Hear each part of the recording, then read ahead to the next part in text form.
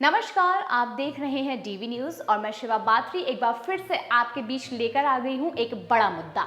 चलिए तो आज हम चर्चा करेंगे भारत और मालदीव के बीच बिगड़े रिश्तों के बारे में। सबसे पहले तो आपको बता देते हैं कि एक समय था जब भारत और मालदीव के रिश्ते बड़े ही खुशनुमा थे, क्योंकि भारत ने मालदीव की हर एक तरीके से मदद की है और उसके बदले में भारत ने कभी भी अपना हाथ बढ़ाकर उससे वापस किसी भी चीज की या किसी भी प्रकार की मदद नहीं मांगी है। लेकिन उसके बाद भी मालदीव ने कुछ ऐसा कर दिया है जिसके बाद भारत में मालदीव के प्रति इतनी घृणा पैदा हो गई है। बताते हैं कि भारत ने हमेशा ही मालदीव के सामने एक अच्छा हाथ दिया है, लेकिन मालदीव को ऐसा क्या हुआ या मालदीव के राष्ट्रपति को भारत से ऐसी क्या प्रॉब्लम हुई जिसकी वजह से उन्होंने ऐसा किया। कुछ समय पहले भी मालदीव के राष्ट्रपति मोइज़ू ने इंडिया आउट का नारा दे दिया था, लेकिन तब भी भारत शांत रहा। लेकिन अब आपको बता देते हैं कि कुछ ऐसा बड़ा मामला सामने आ गया है जिसके बाद से भारत ने पूरी तरीके से मालदीव को कट आउट करना शुरू कर दिया है। भारत का हर एक इंसान, चाहे वो कोई नॉर्मल इंसान हो या फिर कोई सेलिब्रिटी हो, सभी ने बायकॉट मालदीव करना स्टार्ट कर दिया है। मालदीव की सभी फ्लाइटें, सभी बुकिंग या फिर जो भी बुकिंग वहां पर की गई थी, होटल्स बुकिंग की गई थी, वो सभी भारत की ओर से कैंसिल कर दी गई हैं। अब इस पूरे विवाद में भारत और मालदीव का ये जो पूरा विवाद है, तो मालदीव को कितना कुछ नुकसान उठाना पड़ेगा। आपको बता दें, मालदीव ने भारत से पंगा लेकर बहुत बड़ा गलत एक कदम उठा लिया है, जिसके बाद से अब शायद मालदीव को बहुत ही ज्यादा भरपाई करने की भी जरूरत पड़ सकती है। अब भले ही मालदीव चीन की गोद में जाकर सो गया हो, लेकिन चीन भी कहीं ना कहीं भारत से थरथरा रहा है। आपको बता दें, चीन भी यहाँ पर डरा सहमा नजर आ रहा है, लेकिन अब देखना यह होगा कि भारत धीरे धीरे कर क्या कदम इसके खिलाफ उठाएगा। चलिए तो अब सबसे पहले हम पूरे मामले के बारे में आपको बताएंगे, आखिर क्या हुआ, कैसे हुआ और किस वजह से भारत और मालदीव के बीच में ये इतनी बड़ी दरार सामने आई है। चलिए तो बताते हैं कि भारत के नक्शे में नीचे की तरफ हिंद महासागर में लक्षद्वीप और मिनिकॉय से कुछ दूर एक लाइन में कई छोटे छोटे द्वीप नजर आते हैं। एक नजर में ये सारे द्वीप भारत के अंग प्रतीत होते हैं, लेकिन ये द्वीप भारत के अंग नहीं बल्कि एक स्वतंत्र प्रभुसत्ता संपन्न राष्ट्र मालदीव के हिस्से हैं। भारत इसकी अखंडता और प्रभुसत्ता का सम्मान करता रहा है और इस राष्ट्र की सुरक्षा और इसकी आर्थिक समृद्धि में भारत का बड़ा योगदान भी रहा है। भारत ने कभी अपनी मदद की एवज में इसके समक्ष कोई भी डिमांड नहीं रखी और ना ही कभी उसे अपना पिछलग्गू बनाने की कोशिश की है। मगर भारत भगाओ यानी कि इंडिया आउट का नारा देते हुए कुछ महीने पूर्व सत्ता में आए मौजूदा राष्ट्रपति मोहम्मद मोइज़ू ने भारत की अनदेखी करनी शुरू कर दी। राष्ट्रपति चुने जाते ही उन्होंने 27 नवंबर को पहला दौरा तुर्की का किया, जबकि उनके पूर्व सभी राष्ट्रपति अपना पहला दौरा भारत का बनाते थे। लेकिन यहाँ पर तो कुछ उल्टा ही नजर आया। अब आपको बता दें, राष्ट्रपति मोहम्मद मोइज़ू शुरू से ही भारत विरोधी रहे हैं और उनका झुकाव चीन और इस्लामिक देशों की तरफ ज्यादा रहा है और इसीलिए चीन दौरे के ठीक पहले उनकी सरकार के 3 डिप्टी मिनिस्टर्स ने भारत और प्रधानमंत्री नरेंद्र मोदी के विरुद्ध घृणास्पद टिप्पणियां कर दी। भारत ने इसका तीव्र विरोध किया तो फौरन उन तीनों मंत्रियों को सस्पेंड कर दिया गया। अब सच बात यह है कि भले मोइज़ू इंडिया आउट का नारा देकर सत्ता में आए हों, लेकिन व्यवहार में इसे अमल कर वे सत्ता में नहीं रह सकते। जिस देश की सारी अर्थव्यवस्था भारत के बूते टिकी हो, वह किस दम पर भारत को गरियाएगा, यानी कि किस तरीके से या किस दम से वो भारत को आंख दिखा सकता है। मोइज़ू को इतना तो पता ही है कि मालदीव की जो भौगोलिक और सामरिक स्थिति है, उसमें संकट के समय भारत ही काम आएगा, चीन या फिर तुर्की नहीं। और इन मंत्रियों की टिप्पणी के बाद बहुत सारे भारतीयों ने मालदीव आने का प्रोग्राम रद्द कर दिया है। राजधानी माले के होटलों की बुकिंग कैंसिल हो गई है और फ्लाइट्स और जो भी टिकटें की गई थी वो सभी रद्द कर दी गई हैं।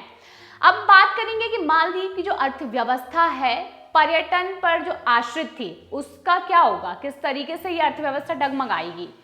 मालदीव की अर्थव्यवस्था पूरी तरह अपने पर्यटन पर आश्रित है।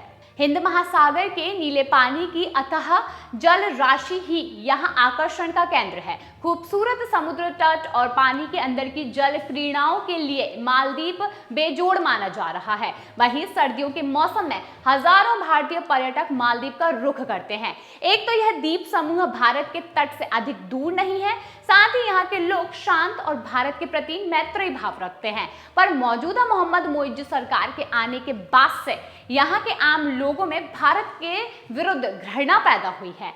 यूं इस देश में धार्मिक कट्टरता बहुत अधिक है। पूरे मालदीव में सुन्नी मुस्लिम आबादी 98% के करीब है और यहाँ किसी को भी अपनी धार्मिक आस्था व्यक्त करने का अधिकार बिल्कुल भी नहीं है। सार्वजनिक तौर पर तो कोई भी व्यक्ति अपने आराध्य का चित्र तक नहीं रख सकता। और एक ऐसा देश क्यों चीन के प्रति अनुरुक्त है? आखिर जरूरत इसके पीछे चीन की भारत विरोधी भड़काऊ नीति ही है। यानी कि चीन की जो भड़काऊ नीति है वो कहीं ना कहीं मालदीव पर भारी पड़ती हुई भी नजर आ रही है, जिसकी वजह से कहीं ना कहीं मालदीव इस तरीके का कदम उठाने लगा है। श्रीलंका के बाद चीन का अगला टारगेट मालदीव है।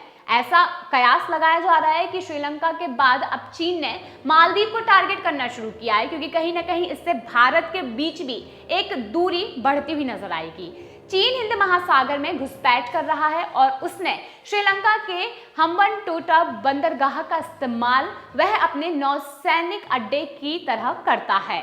वहीं श्रीलंका को बदलने में उसने खूब कर्ज भी दिया। नतीजा यह हुआ कि श्रीलंका में आर्थिक तबाही मच गई। मालूम हो कि चीन अपना उधार वसूलने में बहुत कुटिल है। अब उसका लक्ष्य मालदीव है। 90,000 वर्ग किलोमीटर में फैले इस क्षेत्र में कहने को तो 1000 से ऊपर द्वीप है, लेकिन हकीकत में इसके 298 किलोमीटर इलाके में ही आबादी है। भारत विरोधी देशों को सपोर्ट करता है चीन, और अब जब मालदीव चीन की गोद में जाकर बैठ गया है तो कहीं ना कहीं ये कयास लगाए जा रहे हैं कि चीन और मालदीव की बढ़ती इस दोस्ती से कहीं ना कहीं भारत और मालदीव के बीच दूरियां जरूर बढ़ जाएंगी। मोइज्जू की भारत विरोधी छवि के कारण भारत ने भी मालदीव पर पुनर्विचार शुरू कर दिया था, क्योंकि भारत विरोधी किसी भी देश को तत्काल पाकिस्तान और चीन सपोर्ट करने लगते हैं।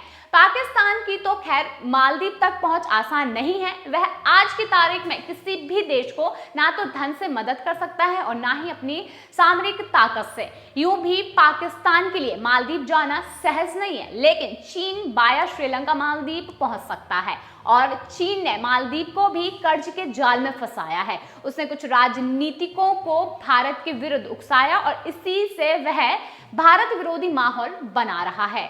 मोइज्जू सरकार इसीलिए इंडिया आउट का नारा दे रही है कि वह इसके बाद सत्ता में आ जाए, और ये माना जा रहा है कि इंडिया आउट का नारा देने के बाद भी मोहम्मद मोइज्जू की सरकार सत्ते में आई है कि क्या चीन के कर्जे में मालदीव है। आज मालदीव पर चीन का कर्ज इतना अधिक हो गया है कि उसको अपनी कुल जीडीपी का 10% तो चीन का कर्जा उतारने में चला जाता है।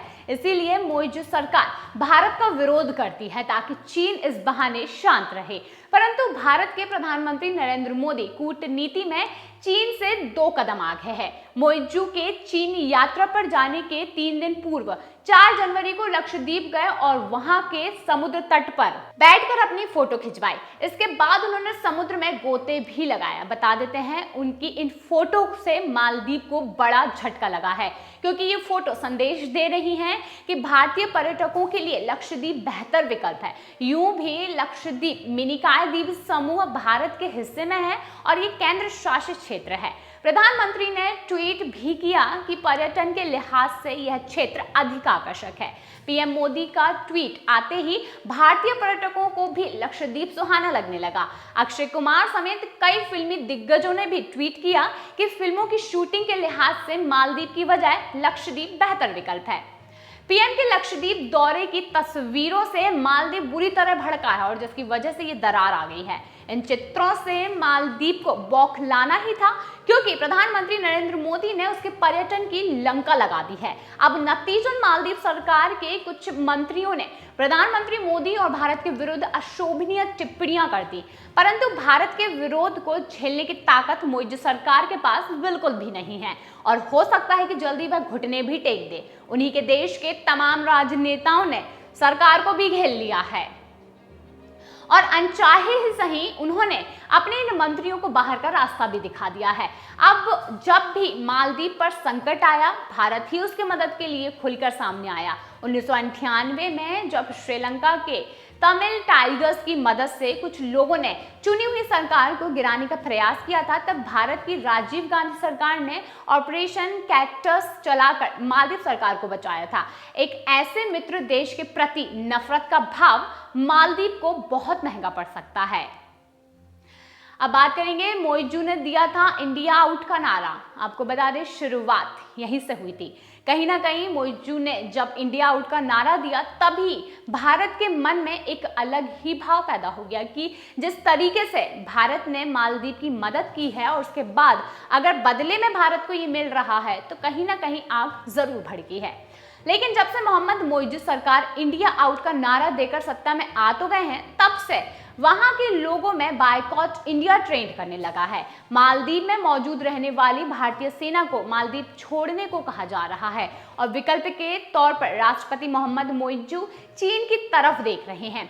दूसरी तरफ वहां की 98% सुन्नी मुस्लिम आबादी पाकिस्तान से अनुरुक्त हो रही है। यहाँ पर ISIS भी सक्रिय होने लगी है। मालदीव चौपट क्यों हो रहा है, ये भी एक सवाल है, लेकिन ये इसका आंसर बिल्कुल साफ है, यानी कि अपनी ही हरकतों से मालदीव चौपट होता हुआ नजर आ रहा है। अभी तक जो मालदीव भारत पर पूरी तरह से आश्रित था और कभी भी धार्मिक आधार पर उसने भारत की बजाय पाकिस्तान से रिश्ते बनाने में कोई दिलचस्पी नहीं दिखाई, उसकी भारत के प्रति यह बेरुखी संकेत है कि चीन के सहारे पाकिस्तान भी वहां घुसपैठ कर रहा है और भारत विरोधी यह हरकतें मालदीव को नष्ट कर देंगी। अभी 2014 में मोदी सरकार के पहले कार्यकाल में जब वहां पीने के पानी का घोर संकट आया था, तब भारत ने जहाज से पानी भिजवाया था। ऐसे में मालदीव सरकार की हरकतें अपने देश को चौपट कर देंगी, क्योंकि अब अगर भारत मालदीव से अपना हाथ छुड़ाता है तो मालदीव कहीं ना कहीं संकट में जरूर फंस जाएगा और उसके बाद भारत मालदीव की मदद करने के लिए कभी भी सामने नहीं आने वाला है। पूर्व राष्ट्रपति नाशद ने पीएम मोदी पर भी टिप्पणी की निंदा की है। प्रधानमंत्री नरेंद्र मोदी के ट्वीट पर मालदीव की मंत्री मालशा शरीफ ने कहा कि भारत कैसे मालदीव की बराबरी कर सकता है, वहां के होटलों के कमरों में बदबू रहती है। यह घोर आपत्तिजनक टिप्पणी है और इस तरह की टिप्पणी बताती है कि मालदीव सरकार के मंत्रियों का मानसिक स्तर कितना गिरा हुआ है। जिस मेंढक ने कभी कुएं से बाहर की दुनिया ना देखी हो, वही ऐसी ओछी टिप्पणी करेगा। इस टिप्पणी के बाद मालदीव के पूर्व राष्ट्रपति मोहम्मद नाशीद ने मालशा शरीफ की टिप्पणी को घटिया बताया है और उन्होंने कहा कि अपने मित्र देश पर ऐसी टिप्पणी स्तब्ध कर देने वाली है।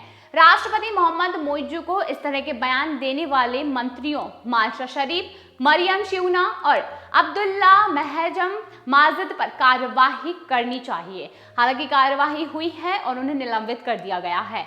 मालदीव की राजधानी माले में भारत के उच्चायुक्त के विरोध पर शुरू से मोइजू सरकार ने उसे उन मंत्रियों की निजी राय बताया और कहा कि उनके देश में अभिव्यक्ति की आजादी है और यह विचित्र बात है जो सरकार किसी गैर मुस्लिम को उसकी धार्मिक आजादी बहाल नहीं करती है और वह अभिव्यक्ति की आजादी को लेकर दृढ़ प्रतिज्ञ है। अब आपको बता दें कि यहाँ पर साफ तौर पर ये पूरा मामला देखने के बाद नजर आता है कि मालदीव के बुरे दिन शुरू हो चुके हैं, क्योंकि अगर अब धीरे धीरे भारत अपना हाथ खींचता जाएगा और मालदीव डूबता जाएगा, क्योंकि कहीं ना कहीं भारत अब मालदीव के विरोध में खड़ा होता जा रहा है और इसका जो कारण है वो खुद मालदीव है, क्योंकि मालदीव को चीन से अपनी नजदीकियां बढ़ाने के चक्कर में भारत को पीछे छोड़ता हुआ नजर आ रहा है और अब भारत पूरी तरीके से मालदीव का साथ छोड़ देगा, जिसके बाद मालदीव डूबता हुआ भी नजर आ सकता है और पूरी तरीके से मालदीव की अर्थव्यवस्था डगमगाती हुई दिख सकती है। तो ये थी हमारी आज की कुछ खास जानकारी। ऐसे ही जानकारी के लिए लगातार बने रहिए DV न्यूज़ के साथ।